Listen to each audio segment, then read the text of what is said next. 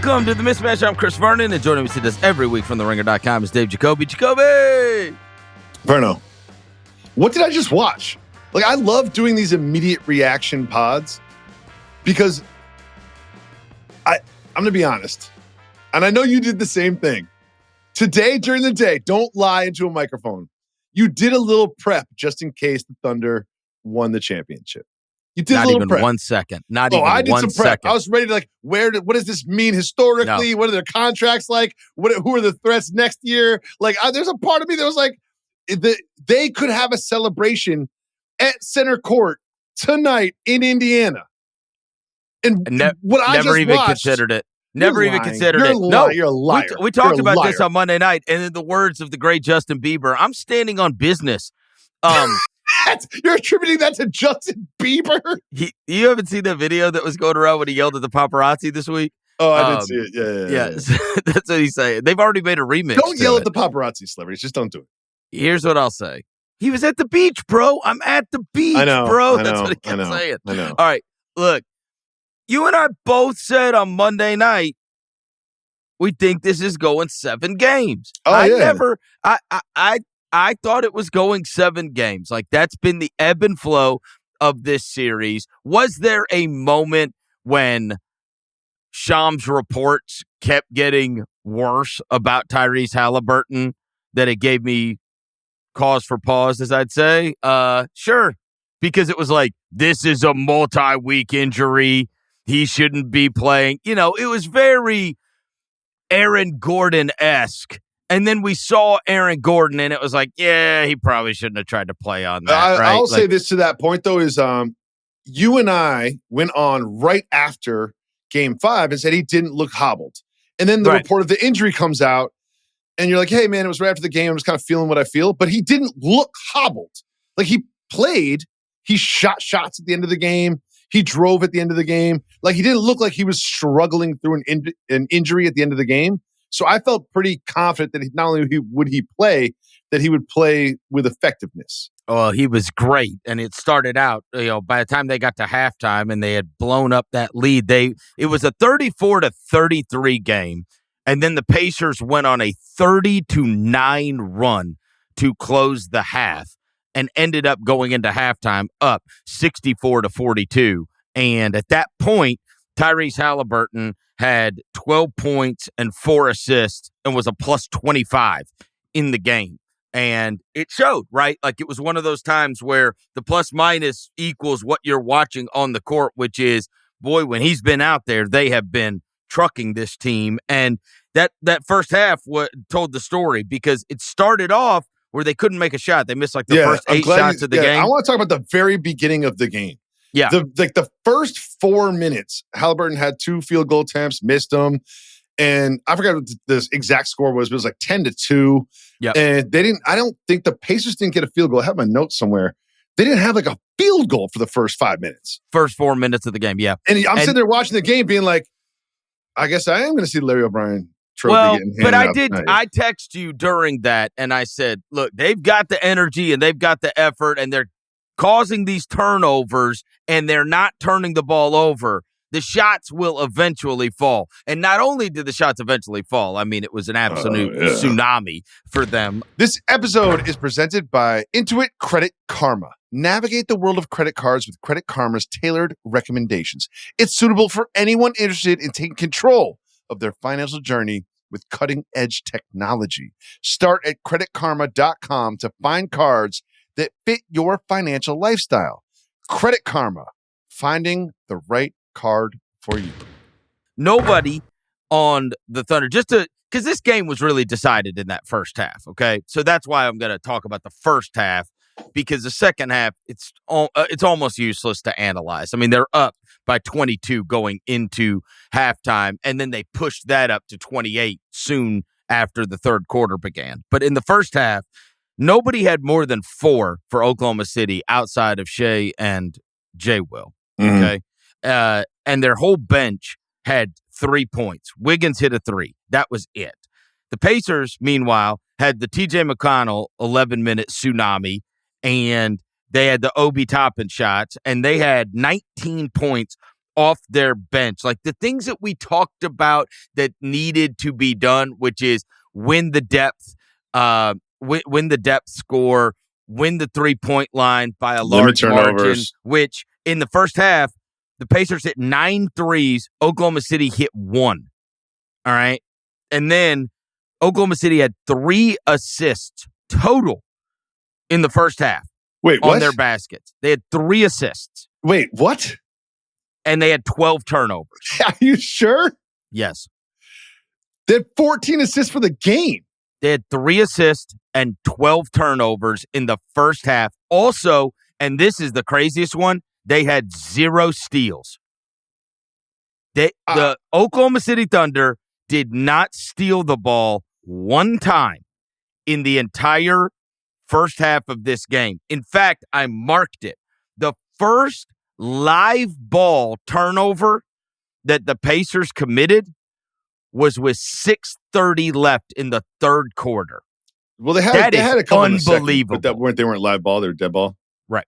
That's incredible versus that team. Like truly incredible. Meanwhile, in the first half, Pacers 13 assists. They had 8 steals of their own, and they only turned it over twice in the whole first half. I mean, they just dominated it. They dominated them in that first half, and then the rest was obviously elementary.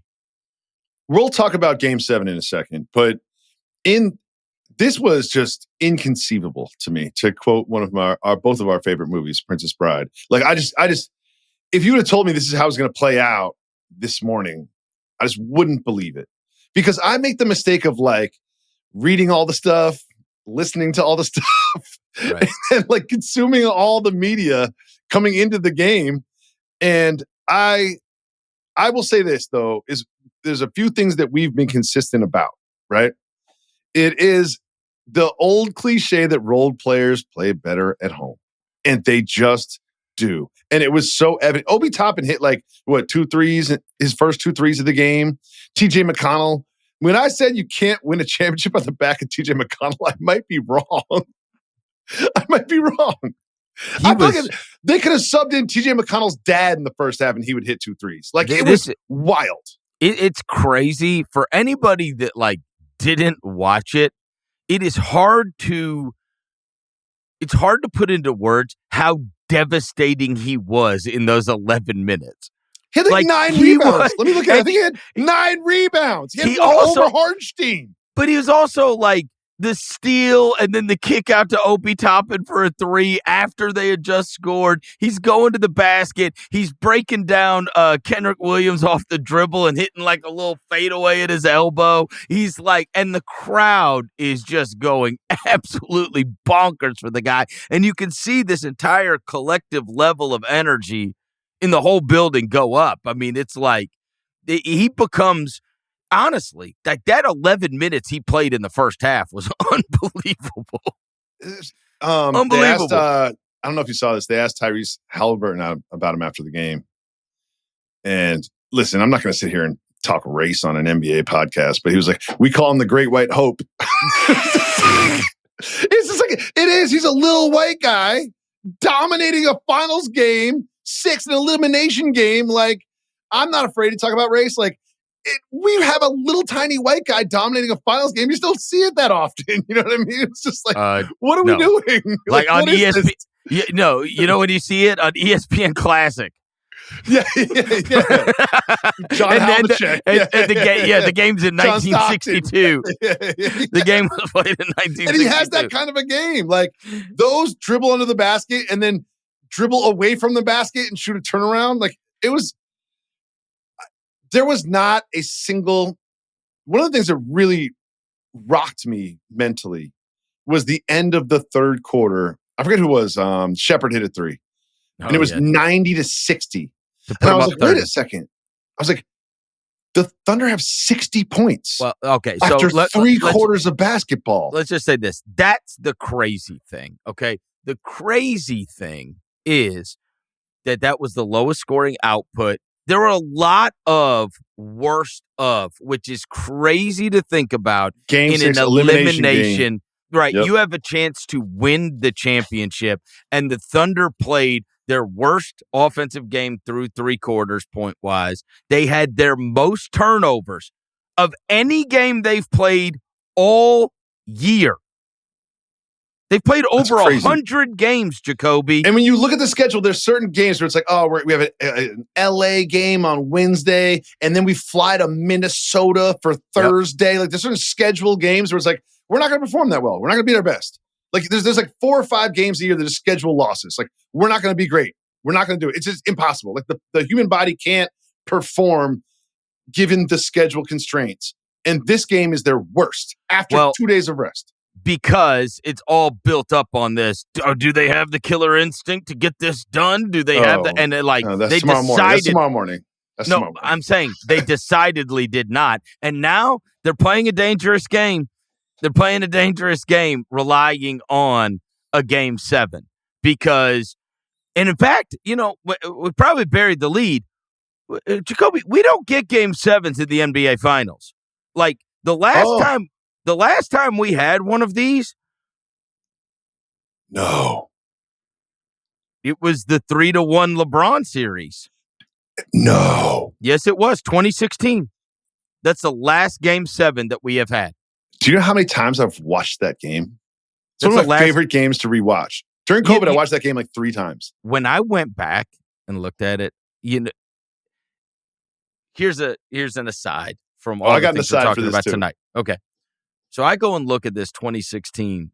Because of course that's a reference point. Last time we had a game 7 was 2016 when it was a 3-1 lead that the Warriors blew and the Cavaliers won the title, right? And so I go back and you look at that game 7, and it's one of those times that obviously chased down by James, right? Blocked by James. You remember. Everybody remembers. Of course. Okay. What nobody remembers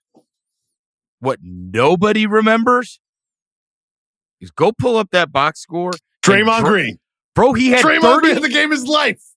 32, 15, and 9. Oh, Will, I got sides about that game, too. That is, honestly. No, he is 5 for 5 from 3 in the first half. He was unstoppable. That would be like the greatest finals line for a game 7 could ever have. So I wonder what if Iguodala doesn't get blocked, I wonder how differently the world looks at Draymond Green. Not only that, it's one of the best playoff performances I've seen. There's 2 other things about that game. We'll get back to tonight's game, whatever. Is they're so exhausted. And this might come into play on Sunday night.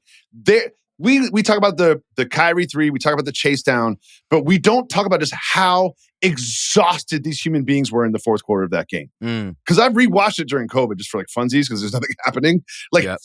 They're exhausted. And another thing that no one talks about is this. LeBron James was so close to literally dunking on Draymond as a dagger dunk on Draymond. He just didn't finish it. He got fouled. He was in line. He hit his shots. But he was like, he rose up chest to chest in the air and almost like top 3 player of all time dunking on Draymond Green to win the title. You would replay that forever. So the point is, that's the last time that we have had a game 7. Obviously, it's a fact. Now, look, I'll go back and I'll list these off to you. These are the ones that you will remember because this is how rare they are. So in 2016, we had one. 2013 is one that everybody doesn't remember, but it was Heat and Spurs, and that's the LeBron win when the Heat beat the Spurs in 2013. Everybody remembers Game 6. Game 6 is the Game 7 in everyone's mind. In everyone's mind, Game 6 was Game 7. Yeah. It's like the 86 Red Sox is the same thing. The Bill Buckner game was Game 6. It wasn't Game 7. 2010, the Celtics and the Lakers, and the Celtics were up 3-2 and lost 6 and 7. That was a blowout, though, right? If I remember right, didn't they lose that by like 30? Yeah, and then you have to go all the way back to 2005. Really? And that's Pistons Spurs. How about this Game 7? 81-74. How gross is that? 81-74, Game 7. The Spurs win the title, and then the '94 Rockets were down 3-2 to the Knicks, and came back and won Game 6 and 7. to win that one. But it's pretty rare, man. I mean, I'm surprised. If you were to ask me how many Game 7 NBA Finals have we had in the last 40 years? No, that's I went back. So if you're talking 94 Rockets, that's 30 years. Yeah. And I listed 1, 2, 3, 4, 5. Wow. 5. This is Sunday night's gonna be special. But let's talk about tonight a little bit. I want to talk about. So here's a question I have for you. I've got one for you. Here's a little fun fact. So we started Monday's show talking about Jalen Williams 40, right? Mm-hmm. And I told you how rare that is. Also rare, Jalen Williams minus 40 tonight. I saw that. The irony. You know, I hate single game plus minus, and you know that. Oh, the irony. He was minus 40. But when you watch the game, it's not like, Jalen Williams didn't show up. Literally, no one for the Thunder showed up. No one did. And all right, I'll save that question for later. Here's a question I have for you that was going through my mind the whole time. I'm like, are the Pacers playing great defense? Or are the Thunder just not present? Did they just not show up for the game?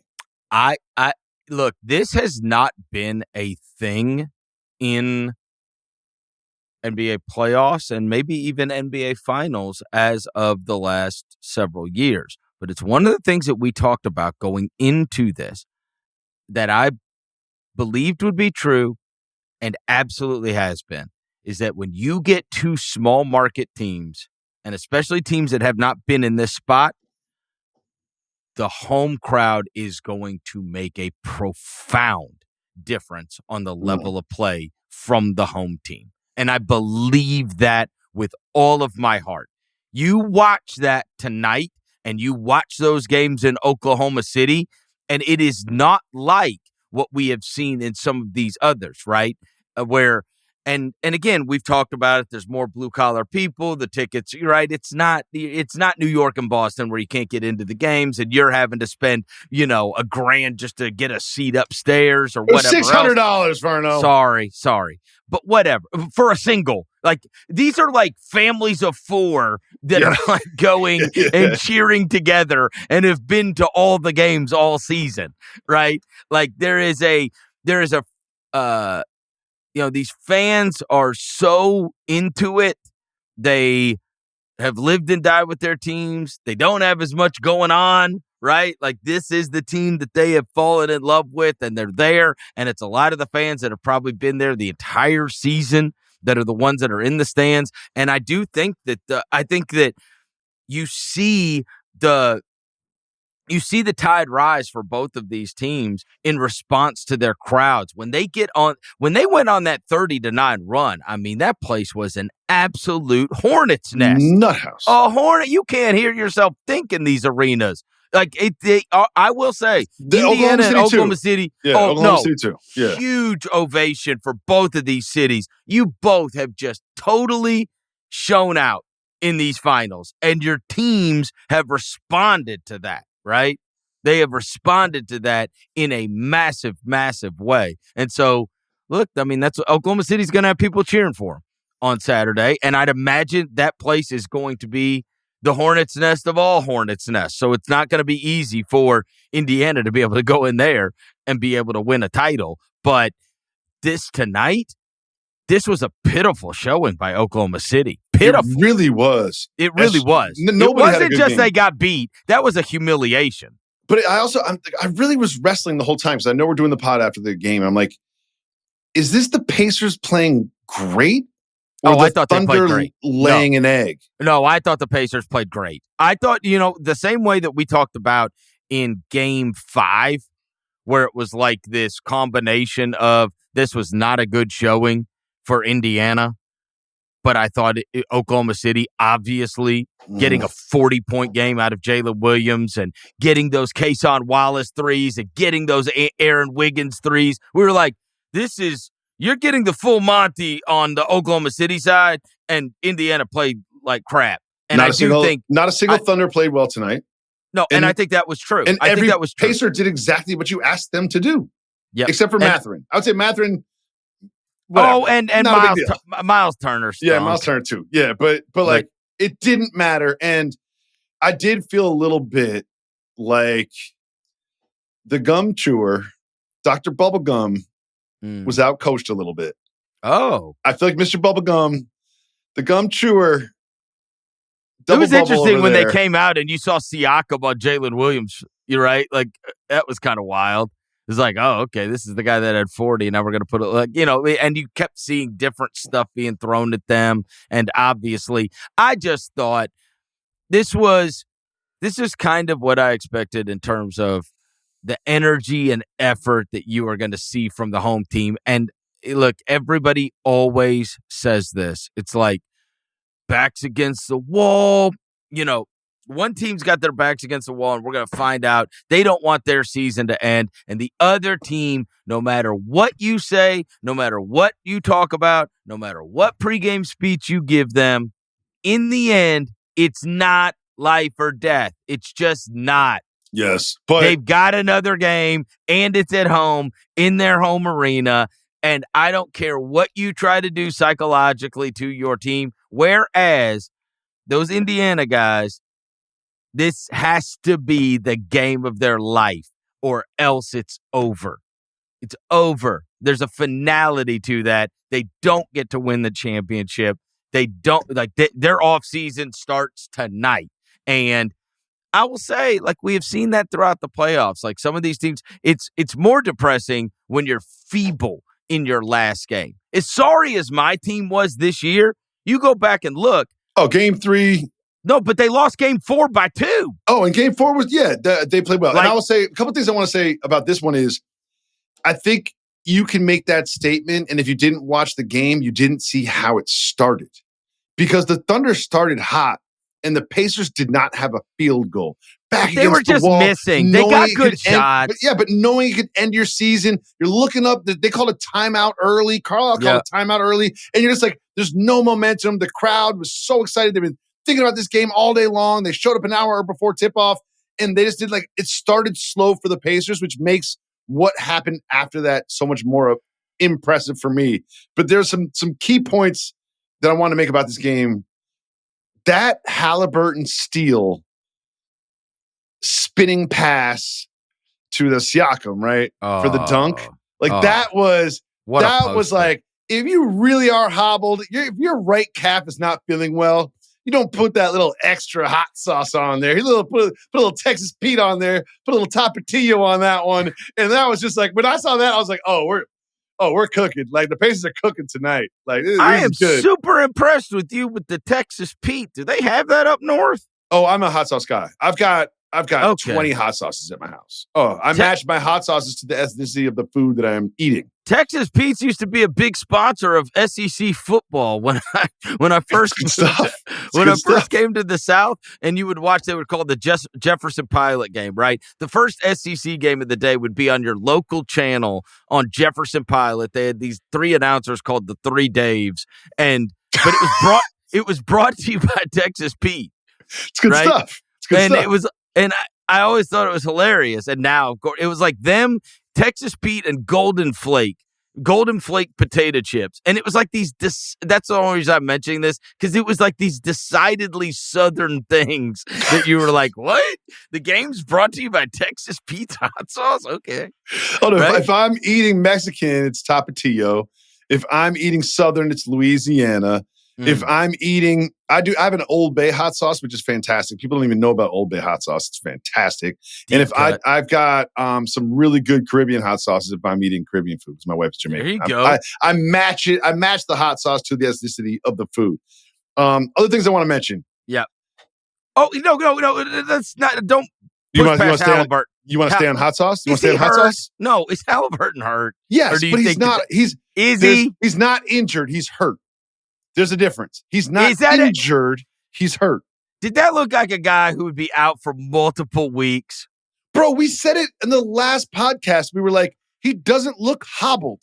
We said it. Like, you watch him play the basketball game. I'm just asking, did they play possum with this? I think it's a little bit of... Was it built up a little more than... His performance in Game 5 was so bad that you kind of want to put it out there that there's a reason it was so bad. Aside from the fact that I've been saying this since the beginning of the playoffs, he's an up and down guy. I know. I don't think he was great tonight. He hit some big shots. But look, dude, groins, calves, hamstrings, those soft tissue things, they're usually debilitating. Especially if they're multi-week. You watched Aaron Gordon play Game 7, bro. Did that? You saw OG Anunoby try to go out there for Game 7 last year. All right, did that look like those guys? There's levels to it. And also, I saw a ball go out of bounds. Insignificant play in the game. The ball's on the baseline. It's going out of bounds. And he's hustling for it and reaches for it and tries to save it and throw it to a teammate. When I saw that, I was like, there's no way you do that if you feel like you're risking injury. Yeah. There's no way. Like it was sort of like an extra effort play that did not affect the game or the possession. When I saw that, I was like, oh, he's fine. And it also might be worse for I know this sounds crazy, but for the uber fast twitch guys, right? I'm talking about that are running and jump. Like the Aaron Gordons, his soft tissue injury is much harder to deal with than a guy that moves and plays like Haliburton. Oh, did you see some of the stuff on social today? He's not an explosive player. The algorithm is giving me tons of NBA Finals content because it's listening to everything I say or whatever. And it's just I saw some doctors be like, he shouldn't play. He's risking injury. Oh, Kevin Durant had a calf problem that turned to an Achilles. Oh, he probably shouldn't play. This could be a real problem or whatever. I was sitting there being like, he's never been to the finals before. It's an elimination game at home. Like that man he's gonna suit up and play on the court. Whether he's what level of injury he has or hurt he has, we'll find out. He was he really looked good. No, and I also felt like he missed his first couple, which I didn't love. Yep. But once he started hitting shots, that is a rising tide that floats all the Pacers boats. They're like, oh, our guy is here. You know what I mean? Like he hit a deep three. It was actually a bad shot. It was a bad shot. He hit a Gaines, what's it called? Gainsbridge Fieldhouse. He had his foot right next to the G and hit a three in the first half. And he hit that. You could feel the crowd and the bench and everyone just be like, all right, Tyrese is here. And I have to say something. Let me hear. I think I like Tyrese Haliburton. Oh, he's won you over, huh? I think I like him now. You like him? I hated him a month ago. Well, that's because he's playing the Knicks. I hated him a month ago. No, before the Knicks. From last season, I hated him. Yeah. But man, he's won me over. Do you know what else he saw? I was shocked when I watched the Goldsberry video. I love those graphics that they're using. Shout out to anyone who works on that.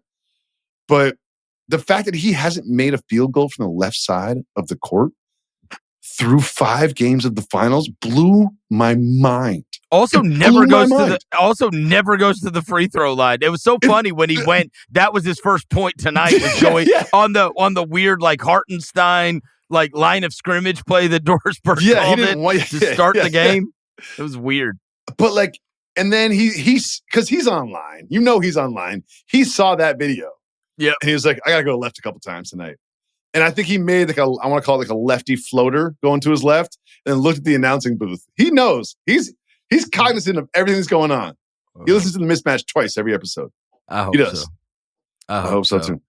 All right, so now we got to get to Game 7. Did this humiliation change your mind at all about the way 7 can play out? I loved the fact that Rick Carlisle called a timeout with 6 minutes left in the game. And I don't have the details in front of me. I took notes, but I kind of stopped taking notes after 3 quarters. I was like, this is over. But it was 6 minutes left in the game. It was a 24-point lead. And the Pacers went a 4-0 run. And Carlisle was like, nope. I'm not letting you guys go on a 10-0 run. I'm not letting you guys go on an 8-0 run. Yeah. I'm not letting Dylan Jones get a bucket. And he's like, we're going to blow you out tonight.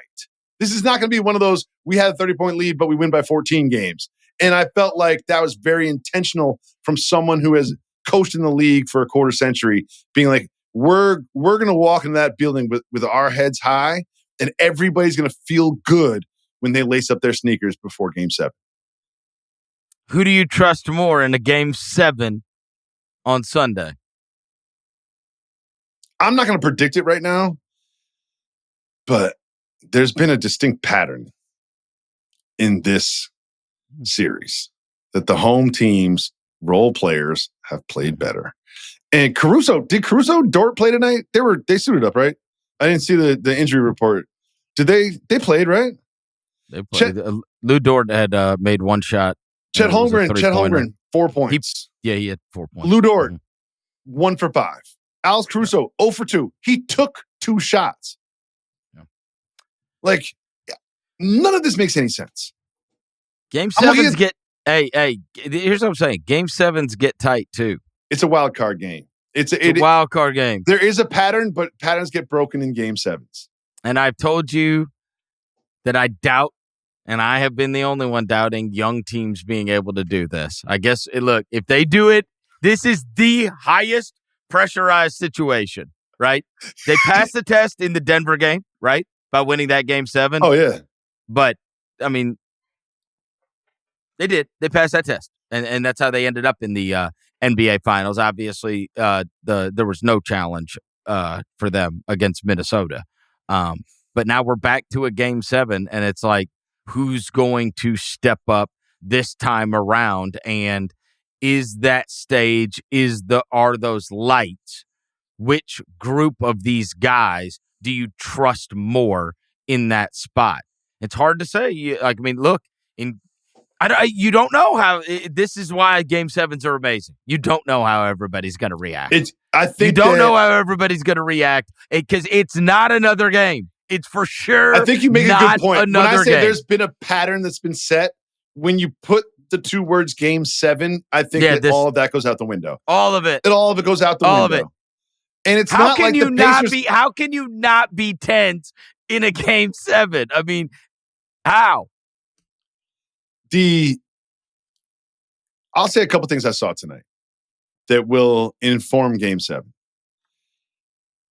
I think that the Pacers have started to sort of like look at SGA's habits, and they're starting to really catch on to the patterns. Like the same way that even Doris said tonight, they're like, because everybody saw the Haliburton Kirk Goldsberry video, which I absolutely loved. Like, blew my mind. It absolutely blew my mind. I'm like, this man's only shooting from one half of the court. Like, he's using 25% of the court to score. Like, it blew my mind.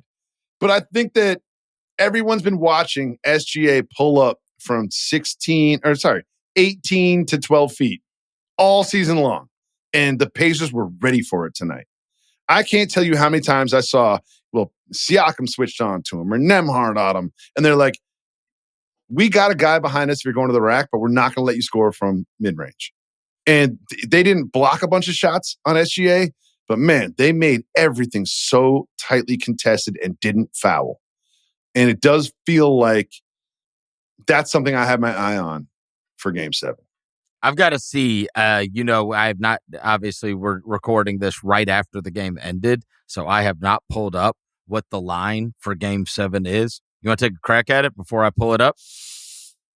Guess the lines? Guess the lines is a very popular concept here at the Ringer. Understood. How many? Thunder minus 4.5. 8.5. What? Points? Yes. 8.5? 8.5. That's live right now? Yep. That's the number. On the FanDuel Sportsbook? Well, that's a lot of Jacoby line value right there. If it's 4.5. You said 4.5. I mean, they scored 60 points in 3 quarters. Should be a war. And then it's who's going to deliver. Like if a 7 is a blowout, I will just be absolutely floored. I didn't think you didn't think this was going to be a blowout. Maybe not a blowout, but I did think the Pacers were going to beat them. Again, these teams had proven to be not that like we said this after game 3. After game 3. After game 2. I've predicted every game right since game 2, just for the record. No, but I'm saying after game 3, we watched that game, and then we watched even game 4, and we were like, we have been treating this like Indiana is the massive underdog because Vegas told us that they were a massive underdog. But when you watch the games, it did not. Once Indiana won that game without winning the 3-point line, without winning the turnover battle, without winning the free throw battle, it was like, oh, these teams are even. Like, these teams are not far off from each other. This is not one team that's got to be perfect. Or look, the analysis coming into the series was they're going to have to win this 3-point line by a huge margin, and they're going to need to keep the turnovers anemically low. And they basically the idea was the Pacers were going to have to be perfect to even have a chance versus the Thunder, and that's just not how this has played out at all. And I think one thing that, and again, like, you've been wrong about the Thunder for a couple series. I thought the Pacers would lose to the Cavs. I thought the Pacers would lose to the Knicks. Like, I've been wrong so many times. Like, I'm wrong all the time.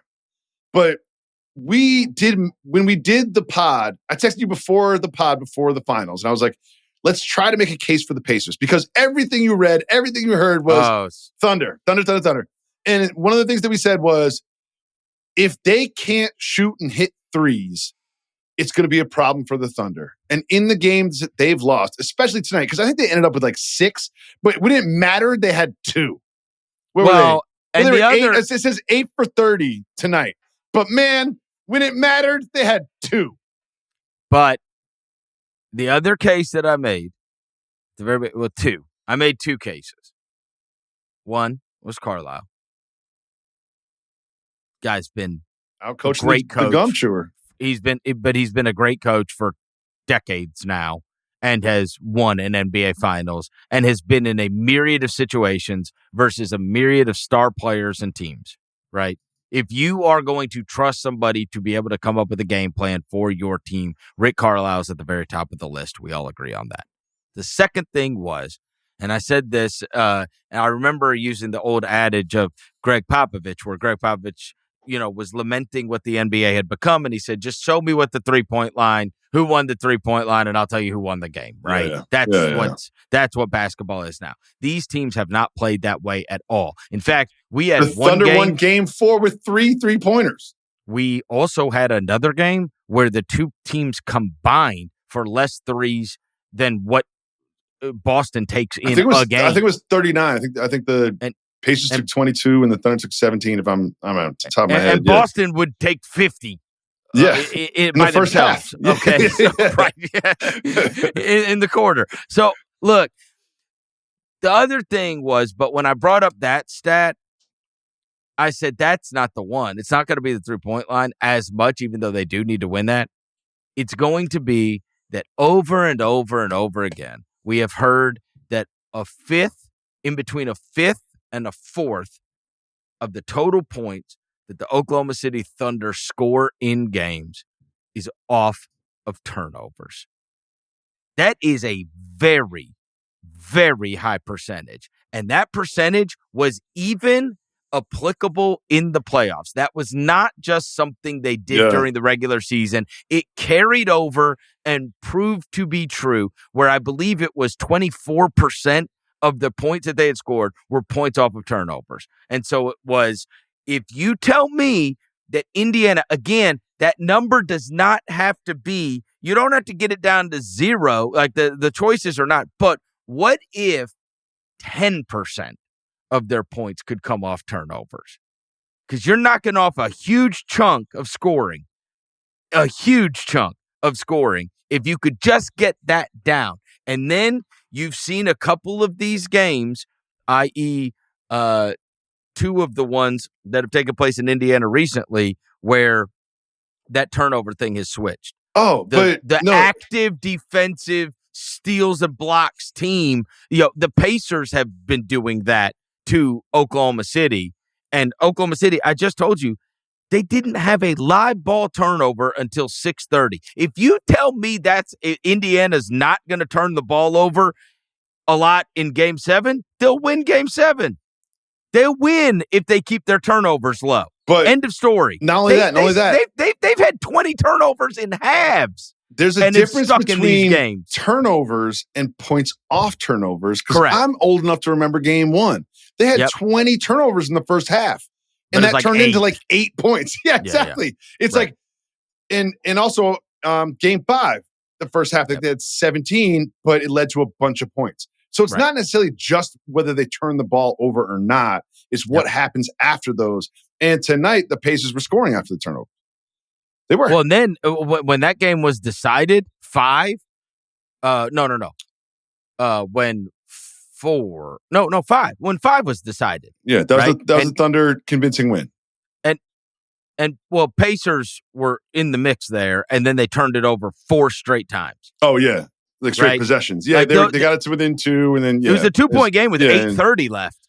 Yeah, and then you think about the way they lost it: turnover. I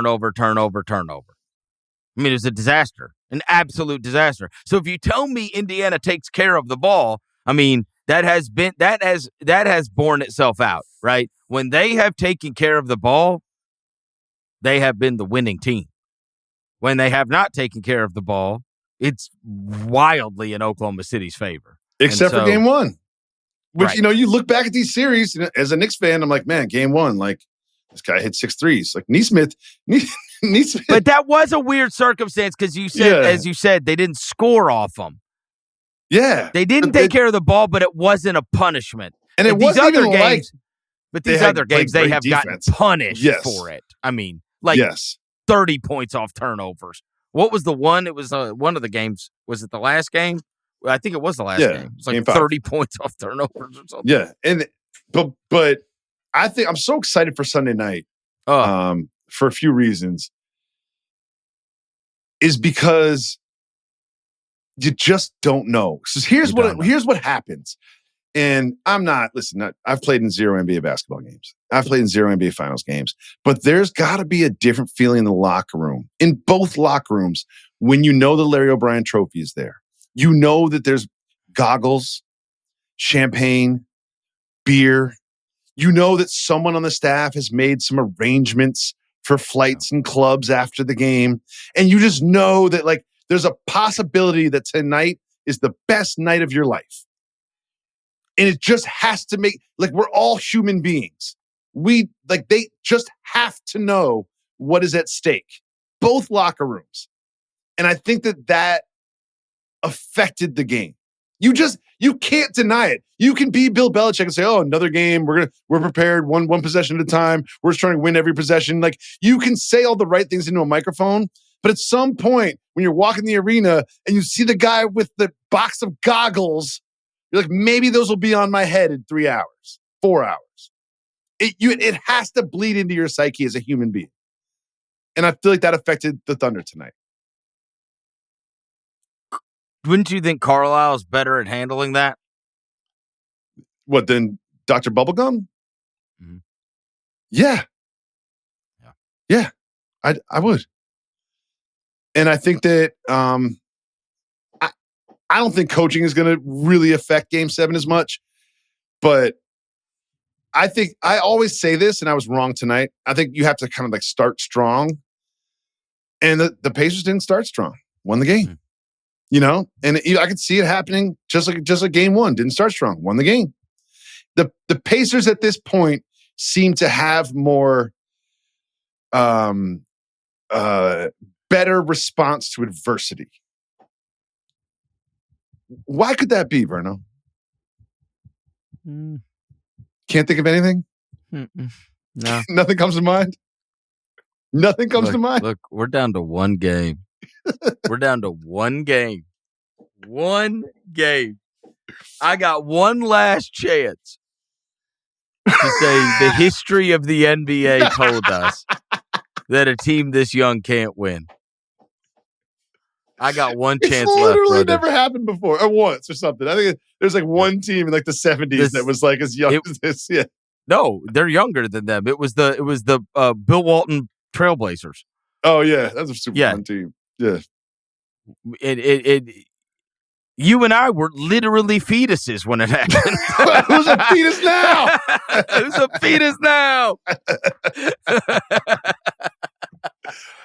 Oh, I hated to see him not have the killer instinct. I did. I mean, that's a tough scar to take. It did.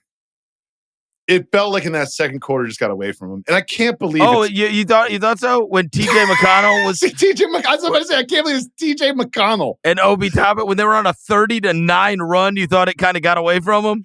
It's Obi Toppin. There was a chance from the crowd for both of those gentlemen.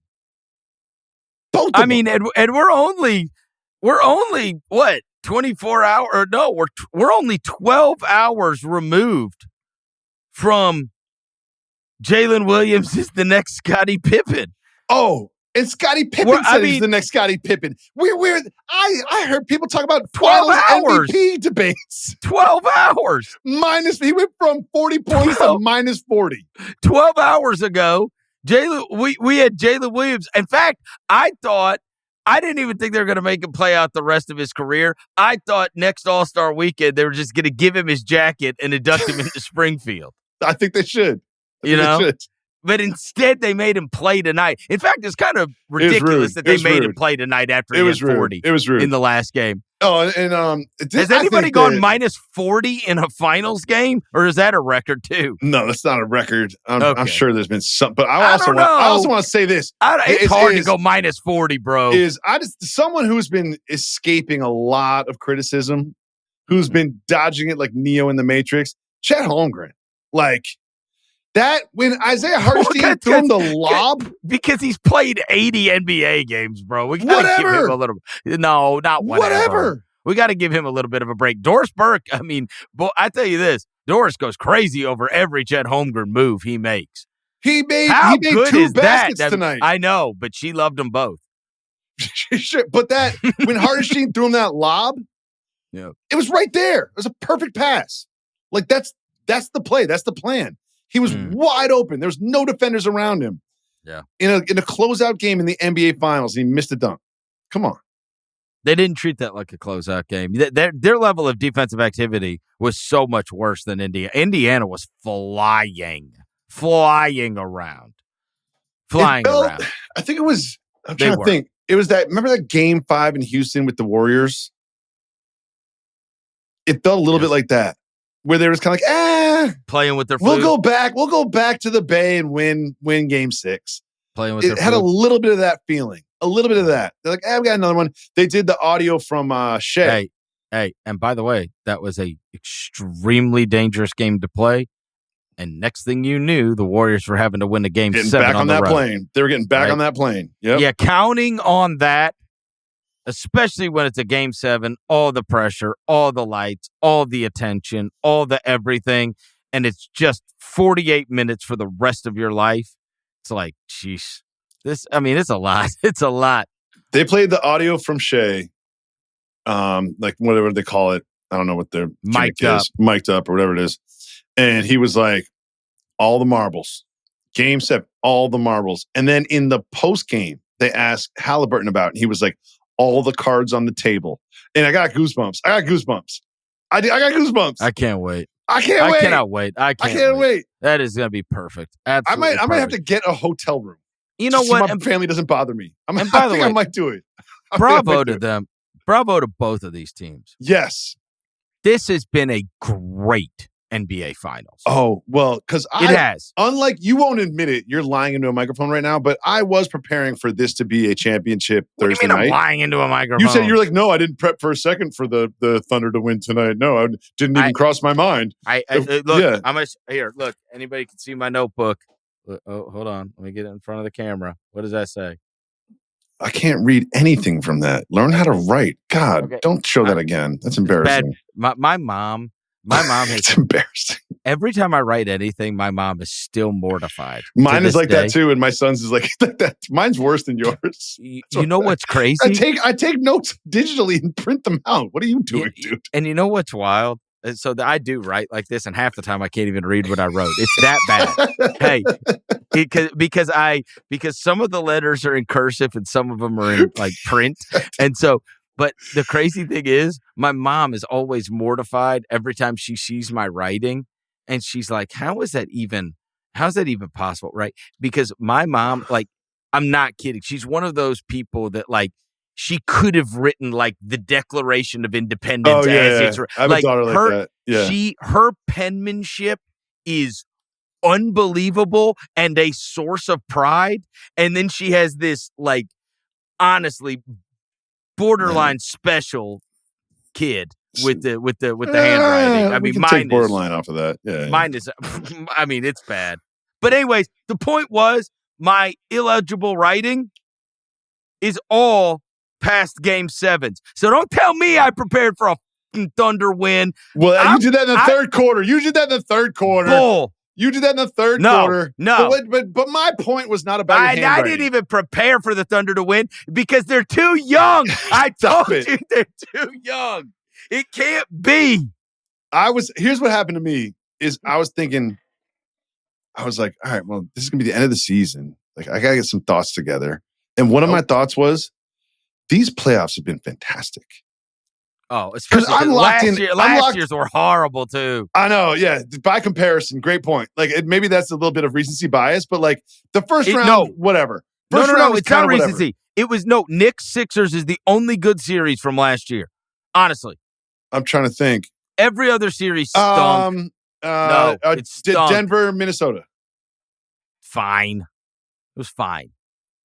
But Denver blew it in Game 7. It was shocking. It was a shocking result.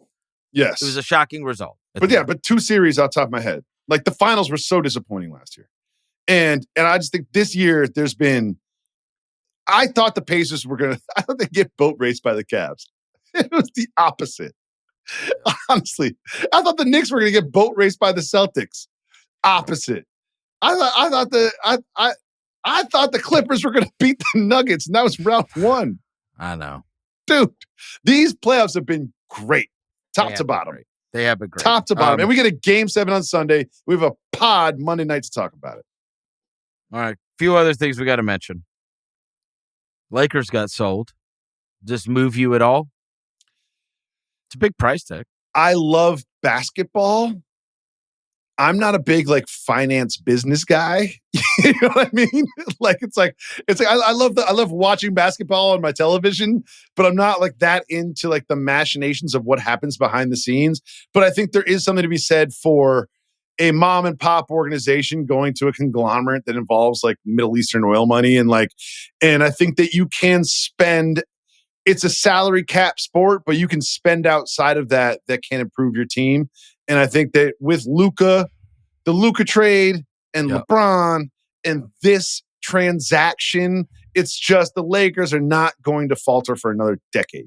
It is kind of crazy to have news about the Celtics and the Lakers, the two most premier franchises, the winningest franchises, and we have had to talk about both of them over the course of the last 6 months, being moved in sales. And I honestly, you remember when Glenn Taylor tried to sabotage the deal he had made with A-Rod? Yes. And that guy, and it was now you realize, bro, you got robbed. No wonder he was trying to sabotage it, because no matter what you want to say about the price of these teams, and obviously Minnesota is nowhere at the level of the Celtics or the Lakers. It's not apples to apples, yeah. But bro, you got robbed for your It's team. Also, I watched Winning Time. He just took a bad deal, brother. Didn't you love Winning Time? I love Winning Time.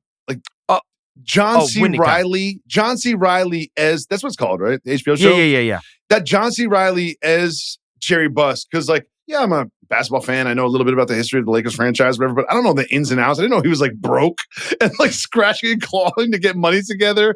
Like me trying to buy a dime bag in 8th grade, and he's trying to buy the Lakers. You know what I mean? It's just what are you doing, dude? Rally the money together.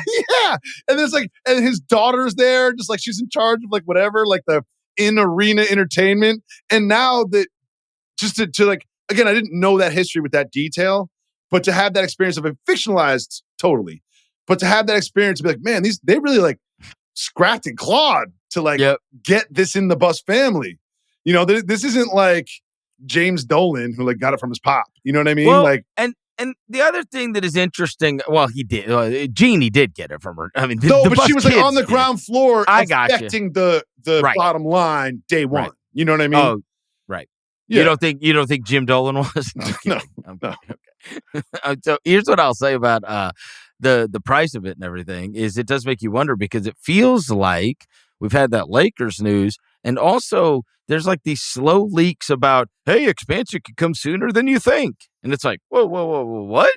And it's okay, are we getting close to announcing something? Because the the values of these franchises it's unbelievable. And obviously the media deal that they got for the billions of dollars. And so just things are moving fast on that. We went from, hey, yeah, it is something we've talked about, whatever, to where it now feels like, Adam Silver's getting serious about it. And there's slow leaks about, hey, like there could, like, if we got an announcement before next season, it would not stun me, that they are going to be adding 2 new teams to the fold. And here's the because the amount of money that they are going to get for 2 new franchises, which is going to be split amongst everybody, is going to be extreme. And so you'll get that money, and the amount of money that these guys spent for their teams and what they can flip them for now is getting crazy. Well, I think that crazy. Like the money doesn't really change the roster, right? Like richer owners are going to be more likely to go into the luxury tax or whatever. Sure. But if you look at Ishbia with Suns, he's like, yeah, I'll fire Monty Williams and still pay him. I'll fire Frank Vogel and still pay him. I'll fire whoever and still pay him. Yep. You know what I mean? Like that kind of stuff. Or like, oh, we're building a new practice facility, or we're hiring 5 assistant coaches. Like the things that aren't capped when you have like a conglomerate that invested $10 billion. They're like, oh, we're going to fire JJ Redick. We still own $40 million. I don't care. Right. It doesn't matter. You know what I mean? The it's like luxuries things like that go along with it. Yes. It's the things that you don't see, because we all talk about like this guy makes $40 million and you got to fit him under the cap. They only have the mid-level exceptions, second apron, like all that stuff is very fixed. But everything else involving the organization is not fixed. And it makes a difference. And it makes a big difference. Some of these teams have personal chefs that are at their practice facility 24/7, and some of them have, every technological advance and health-related advance in the world, and some don't. And that's the way it is. When you watch football on NFL Sundays, we talk so much about the offensive coordinator and defensive coordinator, right? Mm-hmm. But with the NBA, we kind of just talk about the head coach. That's right. And like those are very important positions. And if you have deep pockets, you can fill out that assistant coach role, player development role, like those sort of like not front and center face forward roles on the bench, but have impact on the franchise, become more important. And when you have the kind of money that they're going to have, you can sort of build out at those margins as a franchise. A couple other things that we need to mention quickly.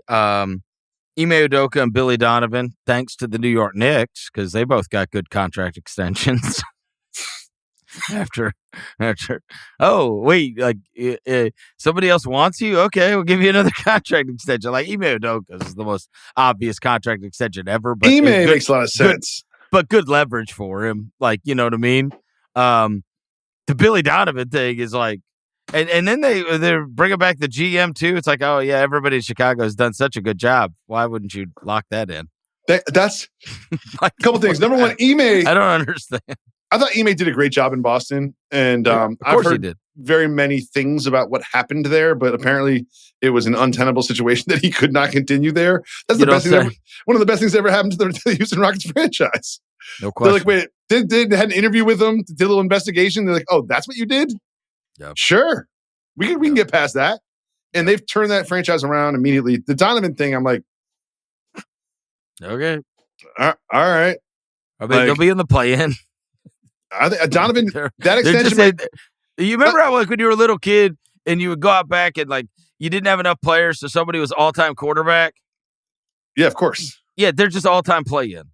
Yeah. Like, they're just all-time play-in. You're playing the opposite. the Bulls. When I played football, we had one guy that could throw passes, so he was the all-time quarterback. Okay. So you're playing the Bulls in the play-in. Just whatever team's out there, you hope your team can scrap it together, and you're playing the Bulls. That's who you're playing next year. No one cares, but 22nd personal story. My buddy Graham Gill, who I didn't even like that much growing up, but he had a very hilly slope in his backyard, and we'd play football there. Man, that changes the game. Because if you're on defense, you're coming down that hill, you can really lay some lumber.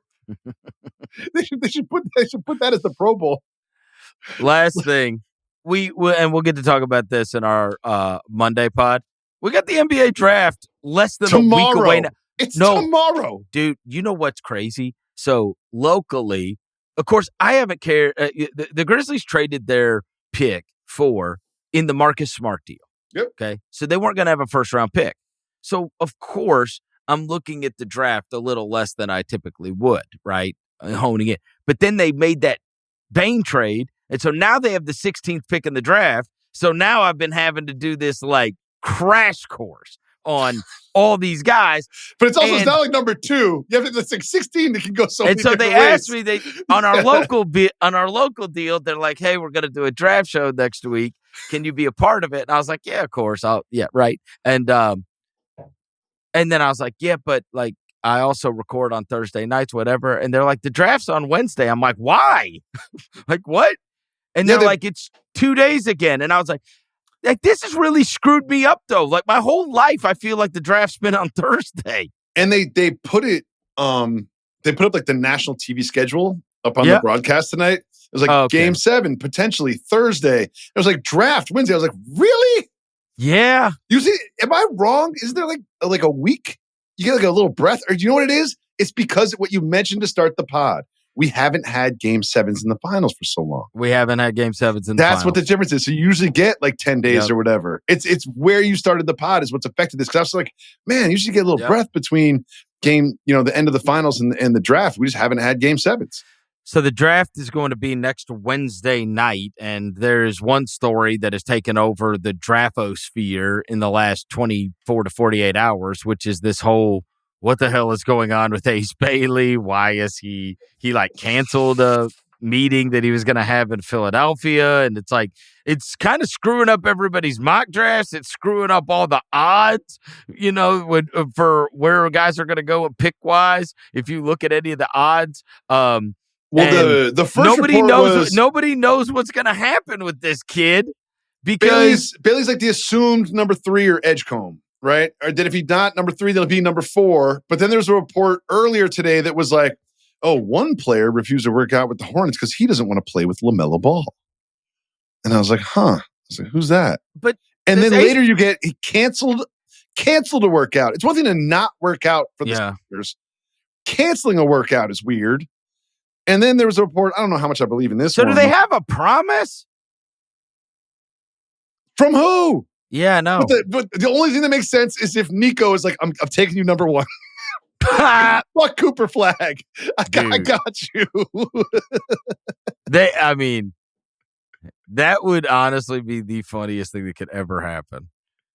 Is him not taking Cooper Flag. But anyways, yeah, nobody knows what's going on with this Ace Bailey thing. It's very strange. I even read, I'm a subscriber to Mark Stein's Substack, and he and Jake Fisher did this big thing about Ace Bailey, and they were going through like the different teams, and they're like, is it Danny Ainge and Utah maybe? Is it the Pelicans? But the Pelicans, we're told they don't have as much interest as has been inflated. It's like, could he drop all the way to Brooklyn, who I guess is like 8 or something? It's like, what is going on?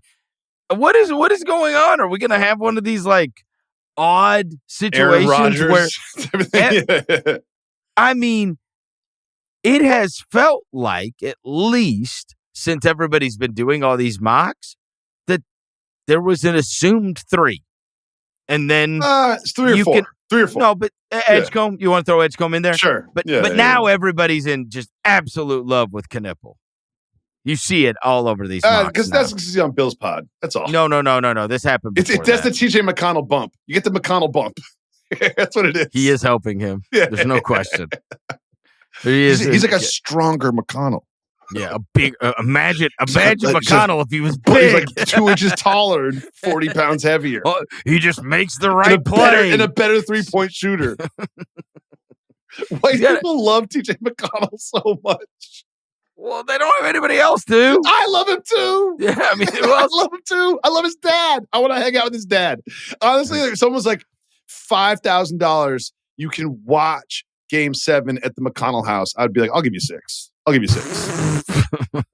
it's going to take. His dad looks like such a good hang. Yeah, so the Ace Bailey thing is going on, and I as I mentioned when I was on with Bill about this, I deep dove on this guy I've just absolutely fallen in love with is this Cedric Coward. That's your target. I'm calling him your target. It's the Grizzlies' target. The guy who the guy at Target that told me he was going to be great. Yes, but he's already, like, did you see today? So I said that on Bill's pod earlier this week. And then today, the NBA announced Cedric Howard is now going to the green room. No, they did. Like, they only invite X number of players to the draft in the green room. And I'm like, oh, my God. Watch. He's going to end up going to the friggin' top 10. Like, Probably. I tell you this, you watch his interviews, he's the most impressive kid I think I've seen in the last 10 years. It's unbelievable. I think we should just call him the Target for the rest of his career. Cedric because Howard. The guy at Target told you about him. Because the guy at Target. I swear to God, if I ever... I wonder if I'll ever run into that guy again. I don't know who it was.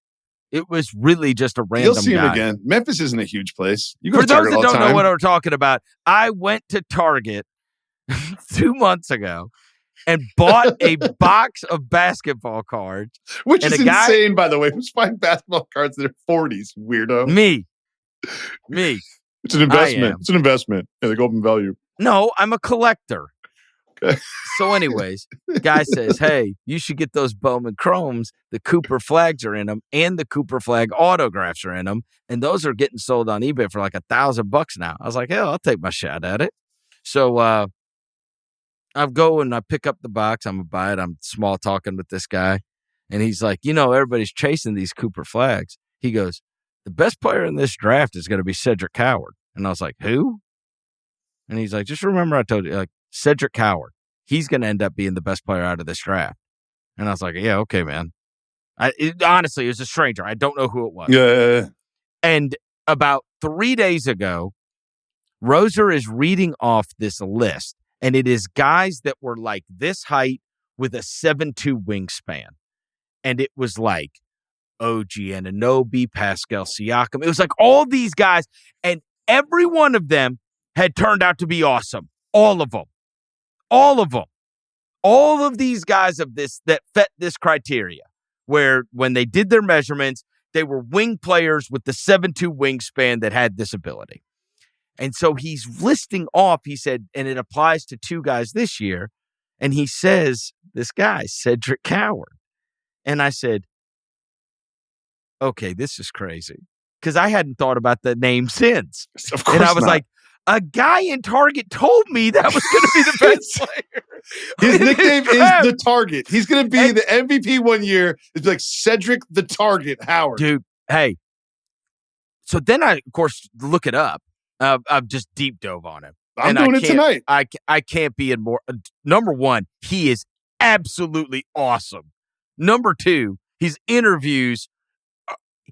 You and I, if I went into a job and Cedric Howard went into a job, there's a 0% chance I would get the job. He would interview you would bow so out. Much better than me. You would bow out. You'd hear his interview. He is like, no, he's so impressive. It's unbelievable. And check this out. He was D3. That late of a bloomer. D3 to Washington State, then was supposed to be this year going to Duke, but they told him he was going to get drafted too high. And no lie, I said that on Bill's show, and I had a guy that works with NBA players that from, I don't even want to tell you the state, out of state, not anybody in Memphis related. A guy texted me that heard me say that on Bill's podcast. I wish you never mentioned it. No, he said, I actually know that kid. He's the second best player in the draft behind Cooper Flag. And I was like, come on. Like, this is going to be crazy if the kid ends up. It's not like I watched him at Washington State. I didn't know his name until Target. I see where this is going is like next September, I'm going to get a call from Bill. He's like, hey, man. Cedric Howard. We've replaced you on the mismatch. That guy from Target is not your spot. Guy knows ball. The guy knows ball. I told somebody the other day we're going to find out his name's like Johnny Presti, and it's Sam's long-lost brother. Steve Kerr's son, who's now a coach of the Warriors, was just shopping at Target in the basketball card section. Yeah, I didn't know existed. I guess they have everything at Target. I meet my draft experts at Target. Just loitering around the basketball card section. What if this guy's like the best basketball take of all time? He just sits around the basketball card section, just waits for people to stop by because he knows those are his people, and he just drops gems on them. Yes. That's who he is. Let's find this guy. If he's listening right now, please just get at me on social, and I'll have you on the pod tomorrow. Imagine if he's right. Oh, he's right. I know he's right. It's going to be the I don't even know who Cedric Howard is. I know he's right. It's seriously going to be the funniest thing ever if this kid turns out to be like. I want to start this now. Let's call him the target. The target. Cedric the Target Howard. Because I found out about him at Target. It's just such a weird story. I had to relay it. And now he is the player that I love. I have to love him. You gotta love destiny. But it's also it's like bro. I loved Knipple, and now I'm off of him because everyone's on him. So he's too hot. He's too hot. Right. He's like it was like Counting Crows or something. I didn't even listen. I didn't even listen to him on Bill's pod. I was like, no, I'm not gonna listen to this interview. I was like, no. I swear to God, I got a promoted tweet. It was during the finals. I got a promoted tweet that came up, and it was an ad for Chipotle with Con Knipple. And I was like, what? Come on. He's already got Chipotle ads? Yes. Do you guys have Joe in the Juice in Memphis? Who? Joe in the Juice. It's like a coffee smoothie sandwich place. No. It's like a chain. Kevin Durant has like a steak sandwich. Have you heard Stephen A. Smith? We don't have anything.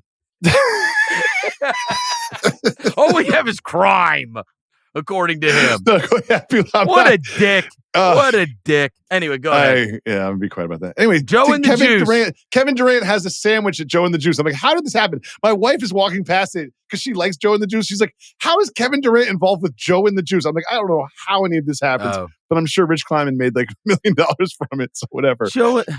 I heard we were going to get a Joe in the Juice, but they were scared. So he didn't get one. Joe doesn't feel safe in Memphis. Joe doesn't feel safe. He doesn't feel safe. He saw Stephen A. on First Take and decided not to build it. Go to hell. All right. Let me guess. You got the Pacers in Game 7? 100%. Me too. Fuck it. The fetuses go down. House. Someone DM me the McConnell's address. I will be there. I will be there at 1 p.m. on Sunday, just loitering outside, waiting to get invited in. I've always wondered, one last thing before we get out of here. Are you one of those that wants the team that beat you to win it all because it makes your team look better? No, never felt that way. The transitive property has never been a thing. Or you root against them because they beat your team? Generally the latter, but the way I feel about Tyrese Haliburton has changed so much over the past 2 weeks. I can't even help myself. You do not think it is a good thing to have lost to the eventual champion. You don't take any more solace in that. No, doesn't change me at all. But I'm also like I call myself a die easy fan. Like I change the way I feel about stuff just left and right all the time. And like I hated Tyrese Haliburton a month ago, and now I'm like, I don't know. I think it's like my third favorite player in the league right now. Well, Cedric Howard's on the way. So he's my first favorite player. The target is my first favorite player in the league.